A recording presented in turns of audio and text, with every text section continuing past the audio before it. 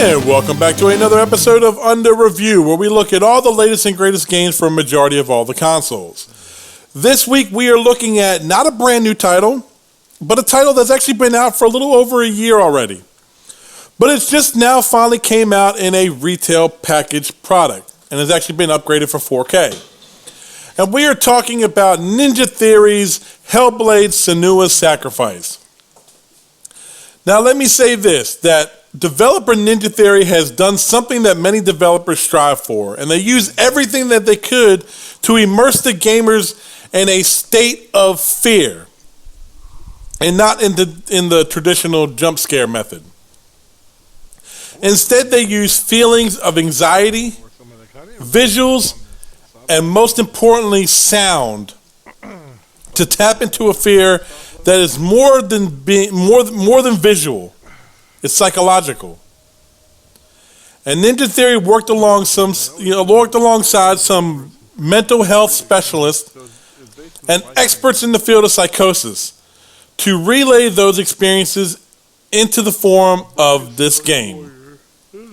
Now we take on the role of Senua, who is on a frightening journey of finding her lover, who was sacrificed to the Norse gods during a Viking invasion of her village.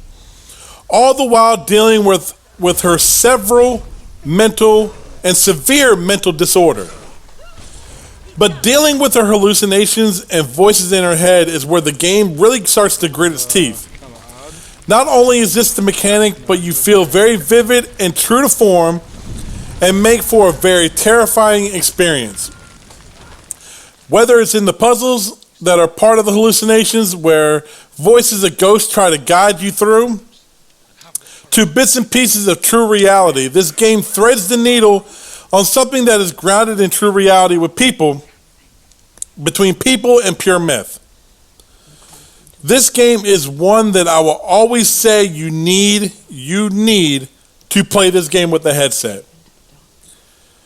It is clear of this form from the opening credits when you are rowing your boat through the burnt corpses and the river, and the ghost voices start chatting, going from ear to ear and increasing in volume, getting lower.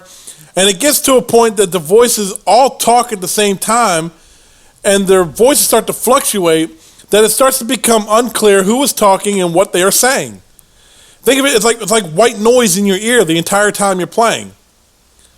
And there are many points that I am more on edge by what the sounds I'm hearing and the voices that I'm hearing than I am actually looking at visually. Now the game is all puzzles and has mild combat. And even when you are in combat, the game works very well and feels fluid. It's all timed, blocked, and dodge mechanics, and sword play that never really seems to get old. So all the while, your sword play is all based on time blocks and time dodge mechanics. The game is filled with anxiety-based moments, and even though you do have a weapon, one that you can only use when enemies appear, we still felt at the will of the game. There is no game HUD to show where enemies may or could be spawning at if they are in the world already. And there's no kind of fight tutorial. This game literally throws you to the wolves and makes you learn as you go.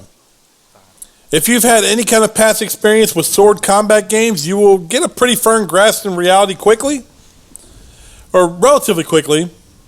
And I play a lot of Dark Souls games, and I was actually pretty accustomed to the controls pretty quick. In the game, when you die, the dark rot that you're plagued with at the very beginning will progress up your arm and begin to cover your body. And once the rot reaches your head, the game completely ends. It ends for real. And all your progress you have gained up to this point is now lost. This just adds more tension to a game that's already has like a bunch attached to it.